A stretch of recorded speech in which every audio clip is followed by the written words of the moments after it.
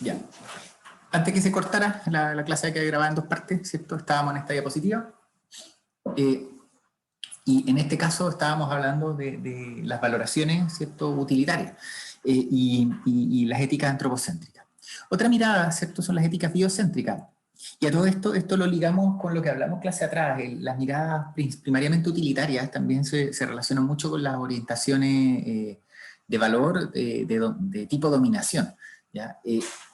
Pero en los últimos años nos hemos ido moviendo las distintas sociedades hacia orientaciones de valor de corte más bien mutualista, y esas orientaciones de valor más bien mutualistas se relacionan con dos miradas éticas, que son las biocéntricas y las ecocéntricas. Bajo una ética biocéntrica, cada individuo tiene valor intrínseco, y fíjense en el detalle, nos referimos principalmente a individuos, ¿ya? Más que a ecosistemas o conjuntos de individuos. El valor intrínseco está puesto en la vida de cada individuo, pero obviamente tiene algunas salvedades. Por ejemplo, nosotros podemos hablar de cada individuo tiene valor intrínseco, y hoy día vamos a ver diversas miradas bajo las cuales los animales, ¿cierto?, tienen valores similares o muy similares al ser humano, y bajo esa mirada, ¿cierto?, el dañar un animal es un problema moral importante, ¿cierto?, que incluso ya llega a tener penas legales. Sin embargo, a pesar de que la relevancia moral es otorgada por el hecho de estar vivo, ¿cierto?, realmente, incluso bajo mirada biocéntrica, la realidad es que sí se hace diferencia entre los animales. Por ejemplo, bajo esta mirada, ¿consideran que todos los animales, o quienes tienen más esta mirada, tienen esencialmente la misma consideración moral? ¿O qué animales a lo mejor tendrían una consideración moral distinta? O sea, en el fondo, ¿es tan aplicable esto en la práctica? Quizás los animales domésticos son vistos de otra forma. Ya, pueden verse más cercanos, ya. Pero ¿qué animales son esencialmente, aun cuando se hable de una mirada distinta a los animales hoy en día, qué animales realmente, aún así no se les otorga consideración moral? Solamente para plantear el tema, para discutirlo. Las plagas, los ratones. Ya, ratones, ¿cierto? Entonces, justamente, hoy hay extremada consideración o mucha consideración cuando se trata de un perro, un gato, un pudú, ¿ya? Pero los ratones no. Y es al punto que los venenos para ratones están en los supermercados. ¿Y qué otros animales menos todavía? Todavía estamos pensando con los ratones, ya los insectos, ¿cierto? Los ratones, en este caso, todavía tienen una capacidad de sentir súper alta, y de hecho muchos de los estudios de dolor se ejecutan con roedores. Pero los insectos, los parásitos, recuerden que la mayoría de los parásitos sí son animales, ¿ya? Entonces, de hecho, cuando uno desparasita al perro, lo que está haciendo es matar muchos animales, ¿ya? Entonces, de facto, a pesar de que bajo estas miradas biocéntricas, ¿cierto?, cada individuo tiene valor intrínseco y la relevancia moral se otorga por el hecho de estar vivo, la realidad es que en algún punto existe una definición o una diferenciación arbitraria que muchas veces se realiza en función de la capacidad del individuo de sentir, con comillas, ¿cierto? Porque aún así, el qué es sentir está definido de una forma súper antropocéntrica, y si se fijan, en general esa capacidad de sentir se la atribuimos a animales que son esencialmente parecidos a nosotros. En primer lugar mamíferos, y en segundo lugar vertebrados, ¿cierto?, principalmente mamíferos, en menor medida pájaros, y un poquito menor medida reptiles anfibios, mucho menor medida peces, y el resto ya va en otra categoría. Entonces, en la práctica, estas éticas biocéntricas, ¿cierto?, otorgan relevancia moral principalmente en lo operativo a los animales que se perciben con capacidad de sentir, ¿ya? Entonces, bajo esta mirada tenemos una mirada antropocéntrica, que es esencialmente centrado en el humano, una mirada más centrada en aquellos que sienten, o que se cree que sienten, o que se entiende que sienten, que es más amplio del ser humano, ¿ya? Y ahí hay un punto de definir hasta dónde se llega este grupo, hasta dónde no, en el fondo cuáles son sujetos, y eso va a tener que ver con cosas como quiénes son sujetos de derecho, ¿ya? Después una mirada más amplia, que es biocéntrica, que es independiente del sentir, y la más amplia, ¿cierto?, es una mirada más ecocéntrica. La mirada más ecocéntrica, ¿cierto?, en el fondo tiene, que quizás es bastante prevalente en el mundo de la conservación, es una mirada ética que otorga valor intrínseco a los distintos niveles de organización de vida. Y acá, quizás uno de los principales impulsores en términos intelectuales de esto es Aldo Leopold, ¿ya? Que algo lo mencionamos anteriormente, que escribió el almanaque de un condado arenoso, ¿ya? Y ahí tiene un capítulo bien bonito que se llama La ética de la tierra, ¿cierto? Entonces, la definición acá de lo correcto o lo incorrecto, ¿cierto?, tiene que ver con la mirada que busca, ¿cierto?, en relación a preservar integridad, estabilidad, belleza de la comunidad biótica. Entonces, fijan, acá es bien explícito en definir. Bajo esta mirada, ojo, no confundan con que esto es correcto siempre, sino que esto es correcto bajo esta ética, ¿ya? Entonces, en este caso, algo es correcto cuando tiende a preservar integridad, estabilidad y belleza de la comunidad biótica, y es equivocado cuando tiende hacia algo distinto. Se fijan acá, en este caso, que a pesar de que pueden verse cercanas, una mirada ecocéntrica y una mirada biocéntrica pueden chocar fácilmente.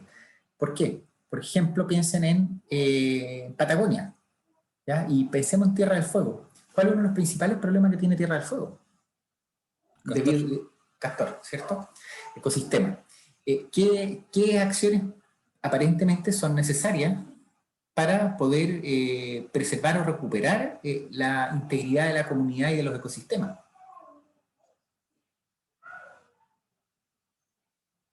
¿Qué acciones serían necesarias para lograr, comillas, lo que aquí se define Erradicar al como castor. erradicar al castor, ¿cierto? ¿Y qué tan compatible es eso con una mirada biocéntrica? Baja. Muy Poca. baja. Y la mirada biocéntrica, cada individuo, ¿cierto? En el fondo, ahí no podemos tocar a los castores. ¿Qué compatibilidad tiene con una mirada ecocéntrica y de conservar los ecosistemas? Muy baja. ¿Y en qué termina potencialmente eso? Conflicto. ¿Se fijan? Son dos miradas, dos percepciones de qué es lo correcto. Si uno las mira aisladamente, ¿cierto? Cada una de ellas parece muy lógica y muy correcta. Pero cuando las ponemos en el mundo real, entran en conflicto. Porque en el fondo, en muchos casos, no es posible hacer ambas. Entonces, no es posible, hay muchos casos donde no es posible hacer lo correcto bajo miradas que son distintas en su foco. Aun cuando en ambos casos hay un sentido biológico súper importante, y es más, en ambos casos la mirada no es antropocéntrica, no es pensando necesariamente en el ser humano, pero aún así, ¿cierto? Se puede generar el conflicto. ¿Por qué? Porque para preservar ecosistemas es necesario controlar, al menos controlar castores, ¿cierto? Pero controlar castores, ¿cierto? Implica una consideración moral distinta para el castor. Entonces nos encontramos ante esa disyuntiva que finalmente, cuando las empiezan a analizar, se encuentran en la raíz de los conflictos. ¿Para qué decir con la mirada antropocéntrica? Que en realidad, en el fondo, la valoración va a tener que ver más centrada en el ser humano, ¿cierto?, que en especies o en ecosistemas, ¿ya? Y el punto es que nosotros no podemos decir cuál de estas es la correcta. Nosotros podemos definir cuál es la nuestra, con cuál nosotros nos acomodamos más, pero no podemos imponérsela a otra persona, ¿cierto? Es súper arrogante decir que mi ética o mis valores son los correctos en desmedro de los de otros actores de la sociedad. Y eso explica muchos problemas y conflictos y problemas de relaciones que tenemos en la sociedad hoy día, ¿cierto? De pensar que mi visión es la correcta y la tuya es equivocada, ¿ya? Así que, y eso nos vamos a topar, más allá de que cada uno en estas miradas y en muchas más, ¿cierto? Yo no soy eticista, ni mucho menos, pero uno va a encontrar cuáles son más afines a uno, pero eso no quiere decir que sean afines para toda la sociedad y ni siquiera quiere decir que no estén en lo correcto, ¿cierto? Entonces, bajo esta mirada, ¿cierto? Quizás muchos de nosotros nos vamos a sentir identificados con esto y por eso, de hecho, es una lectura que personalmente considero que vale mucho la pena, particularmente el capítulo de la ética de la tierra. Aquí se habla, nosotros usamos la tierra porque la vemos como un producto que nos pertenece. Cuando vemos la tierra como una comunidad a la que pertenecemos, nosotros podemos comenzar a usarla con amor y respeto. Quizás eso a muchos de ustedes les suene como una declaración de valores, ¿cierto? Por lo menos a mí me pasa, pero eso no necesariamente quiere decir que la misma visión sea compartida por todos los actores. Y acá, justamente para ilustrar el caso de conflicto, les voy a mostrar el caso de los gatos con los pájaros en Estados Unidos. Cualquier analogía y parecido con el tema de los perros y la fauna silvestre en Chile es mera coincidencia, en realidad es el mismo tema. ¿Ya? Acá nos encontramos con que se produce mucho conflicto en términos de manejo de animales domésticos o que fueron domésticos. En el caso de Estados Unidos, ¿cierto? Se han dado conflictos, y en Europa igual, bien marcados, donde las organizaciones de corte conservacionista, y en este caso principalmente aquellas ligadas a la conservación de aves, como Audubon Society, American Bird Conservancy y otras, ¿cierto? Promueven ciertas medidas que buscan generar control del daño que los gatos, particularmente los gatos sin propietarios, generan a las aves silvestres. Por otro lado, hay una serie de organizaciones que están destinadas, ¿cierto?, que lo que hacen esencialmente es preocuparse por el bienestar de los gatos callejeros que están en las calles, o gatos comunitarios, que en muchos casos son no es como, las colonias, no son comunitarios, no usan esa palabra ya, esa es nuestra. Y acá, ¿qué termina ocurriendo? Obviamente, el sector conservacionista termina chocando con el sector pro gatos. ¿Ya?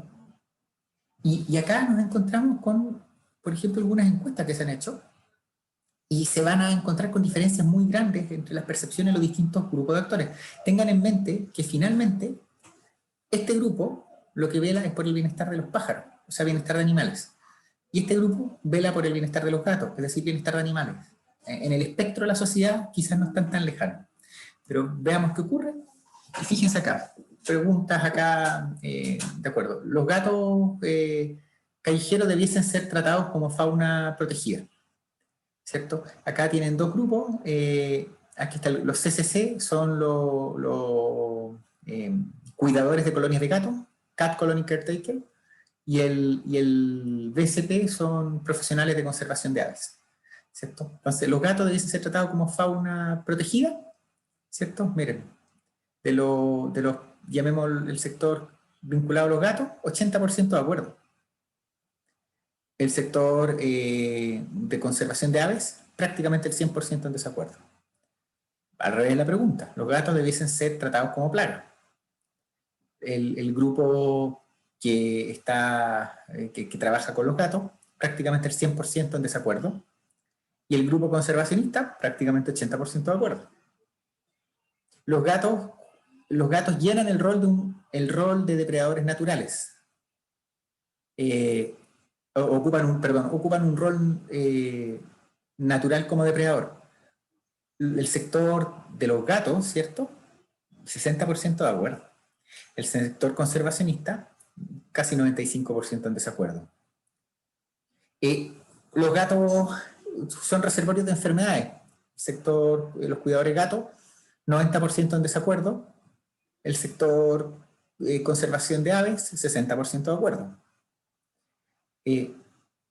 Después, los gatos solo dañan fauna en islas. Eso la mayoría está en desacuerdo, aunque puede ser por motivos distintos. Fíjense, los gatos contribuyen a la declinación de las aves nativas. 60% en desacuerdo en los sectores vinculados a la protección de los gatos. Sector conservacionista, 90% de acuerdo. Los gatos van a ser controlados por captura, esterilización, liberación. 70% de acuerdo de los cuidadores gatos, casi 100%, casi 80% en desacuerdo del sector conservacionista. Manejo de eutanasia. Cuidadores gatos, casi 100% en desacuerdo. Conservacionista, 75% de acuerdo. El uso de la esterilización, captura, casi el 100% de acuerdo en los cuidadores de colonias de aves, 70% en desacuerdo en el caso de los conservacionistas. Se fijan, el nivel de desacuerdo es gigante, y aún así, además, hay algunos de estos que son temas valóricos, por ejemplo, si debiesen ser tratados como plagas o fauna protegida, pero hay algunos casos que tienen respuesta objetiva, ¿cierto? Por ejemplo, que los gatos sean reservorios de enfermedades, eso es verdad. Eso no es un problema de qué es lo que uno cree, eso es cierto. Pero aún así, un 90% dice que no, ¿cierto? Después, que los gatos contribuyan a la declinación de aves, eso está demostrado, de hecho han participado en extinción, y un 60% está en desacuerdo, ¿ya? Entonces, si se fijan acá, las posturas pasan a ser muy disímiles, También quizás uno podría indicar como un potencial sesgo, porque aquí hay varios puntos donde se ve principalmente de un grupo posiciones que son derechamente erróneas, ¿cierto? Esto es un error. Y este de acá también es un error. Pero también los autores, hay gente que trabaja principalmente en conservación, ¿ya? Porque a lo mejor si hubiésemos hecho otras preguntas, veríamos también errores importantes en este grupo. ¿Ya? Entonces, encontramos diferencias bastante grandes. Y eso se traduce en conflicto. Esto que ustedes están viendo acá les sonará de los debates en redes sociales con respecto al tema de los perros en Chile. Es exactamente el mismo problema. Exactamente. Lo que pasa es que en Estados Unidos está más estudiado. ¿Ya? ¿Por qué? Porque ha sido un tema por mucho tiempo. En el caso de invasora, este problema se ha dado en otras partes. En Italia hubo una erradicación de ardillas que no se pudo ejecutar a partir de este tipo de conflictos y otras cosas más. Pero en Chile estamos entrando en esta dinámica y el caso más emblemático son los perros. ¿Y en qué se traduce? Por ejemplo, acá hay un caso emblemático que ocurrió en Estados Unidos, donde una persona básicamente le disparó a un gato, bajo el argumento de que el gato estaba dañando a las aves silvestres, por lo tanto lo que él estaba haciendo era proteger fauna silvestre. Esta situación llegó a un tribunal. Porque a la persona la encontraron, la denunciaron y llegó al tribunal. Y en el fondo, bajo los argumentos, entiendo que el tribunal se declaró incompetente ante esta situación. Y en el fondo no pudo llegar a un fallo. Y acá entrevistan a un eticista ambiental, uno de los más conocidos, que es el profesor de North Texas, que es Bert Callicott. Y él plantea algo que es súper importante que nosotros tengamos en conciencia en todos estos temas, tanto en este tipo de conflicto, pero en cualquier otro, ¿cierto? En temas que tienen que ver con el bienestar humano versus el bienestar de la naturaleza. Cuando entramos, recuerden que nosotros somos profesionales del área, ¿cierto? Y acá plantea, desde una perspectiva de bienestar animal, confinar y disparar al gato está mal. Desde una perspectiva de ética ambiental es correcto, porque una especie entera está en riesgo. ¿Cierto? Hasta ahí esto ya es lo mismo que hablamos. Fíjense lo que viene después. Personalmente, yo creo que la ética ambiental debería imponerse a la ética de bienestar animal. De la misma forma que un eticista de bienestar animal pensaría lo contrario. Entonces, se fijan, eso es la raíz de los conflictos, y esta última parte es la que refleja, ¿cierto?, un punto central en el manejo de los conflictos, que es que nosotros a veces nos cuesta entender de que mi correcto no es necesariamente el correcto de mi interlocutor. ¿Ya? En este caso, Bert Callicott, como eticista, ¿cierto?, lo ve muy claro, de plantear de que, en el fondo, bajo mi ética, yo creo que lo correcto es esto. La ética ambiental es más importante que la ética de bienestar animal. Pero reconozco que una persona que está en bienestar animal va a pensar exactamente lo contrario. ¿Ya? Entonces, este es un punto tremendamente importante que tenemos que ir considerando. ¿Por qué? Porque cuando nosotros no lo consideramos, no nos ponemos en el lugar del otro, o tratamos de imponer nuestros valores, que recuerden que cambian bastante lento, ¿cierto?, generamos conflictos. Y en el manejo de conflictos, ¿cierto?, esto es un tema crítico. Cuando nosotros estamos en un taller, ¿cierto?, imponer nuestras posturas valóricas es sumamente complicado, ¿cierto?, y debiésemos evitarlo. De hecho, nosotros tenemos que entender que mi correcto no necesariamente es el correcto de quien está frente a mí, independiente de que yo piense que tengo razón. ¿Ya? ¿Por qué? Porque en este caso nuestro rol es poder intentar manejar el problema. Si nosotros vamos al choque en esto, no lo vamos a resolver. ¿Por qué? Porque los valores no los vamos a cambiar en una discusión de 5 o 10 minutos. Vamos a profundizar las diferencias, eso sí. ¿Cierto? Vamos a impedir manejar el problema, eso sí. ¿Cierto? ¿Vamos a lograr que mi interlocutor piense lo mismo? No. Eso probablemente no. A lo más, la persona en un momento va a decir, ¿sabes qué más? No discuto más. Así que voy a parar acá unos minutitos.